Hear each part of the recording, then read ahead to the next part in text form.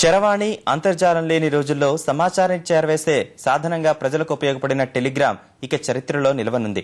ఆధునిక సాంకేతిక పరిజ్ఞానం అందుబాటులోకి రావడంతో ఈ పురాతన సమాచార వ్యవస్థ ప్రాభవం కోల్పోయింది. నిర్వహణ భారంతో టెలిగ్రామ్ సేవలకు చరమగీతం పాడాలని కేంద్ర ప్రభుత్వం నిర్ణయించింది. రాత్రి 9 గంటల తర్వాత టెలిగ్రామ్ సేవలు శాశ్వతంగా నిలిచిపోనున్నాయి.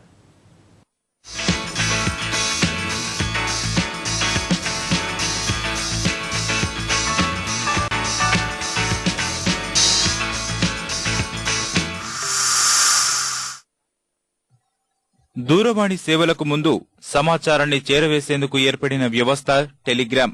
శుభానికి, విషాదానికి, బంధువుల రాకకు సంబంధించి సమాచారం తెలిపేందుకు టెలిగ్రామ్ సేవలు ఎంతగానో ఉపయోగపడేవి.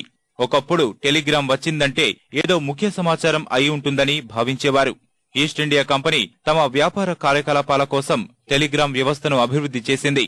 దేశంలో 1833లో టెలిగ్రాఫిక్ పరిజ్ఞానం అందుబాటులోకి వచ్చింది. 1850లో తొలి టెలిగ్రామ్ కోల్కతా నుంచి డైమండ్ హార్బర్ కు వెళ్లింది.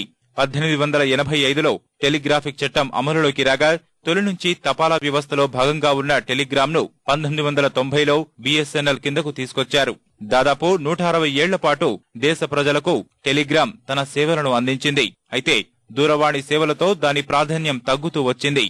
సమాచార విప్లవంతో చరవాణి, అంతర్జాల సేవలతో టెలిగ్రామ్ పూర్తిగా మూలన పడిపోయింది. నిర్వహణ భారంగా మారినట్లు బిఎస్ఎన్ఎల్ తేల్చడంతో టెలిగ్రామ్ సేవలను రద్దు చేయడమే ఉత్తమమని ప్రభుత్వం నిర్ణయించింది. సమాచార విప్లవాన్ని ఆహ్వానించక తప్పదని టెలిగ్రామ్ ఉద్యోగులు అభిప్రాయపడుతున్నారు. ఇంకా టెలిగ్రామ్ సర్వీస్ అనేది మనిషికి ఇప్పుడు ప్రస్తుతం అవసరం లేదు. రెలవెన్సీ ఇవన్నీ ఆలోచించిన తర్వాతే నిర్ణయం తీసుకుని భారత ప్రభుత్వం వారు దీన్ని క్లోజ్ చేయడం జరుగుతుంది. టెలిగ్రామ్ సేవలకు ఇవాళే చివరి రోజు.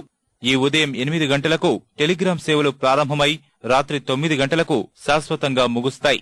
సోమవారం నుంచి చరిత్రలో నిలిచిపోనుంది.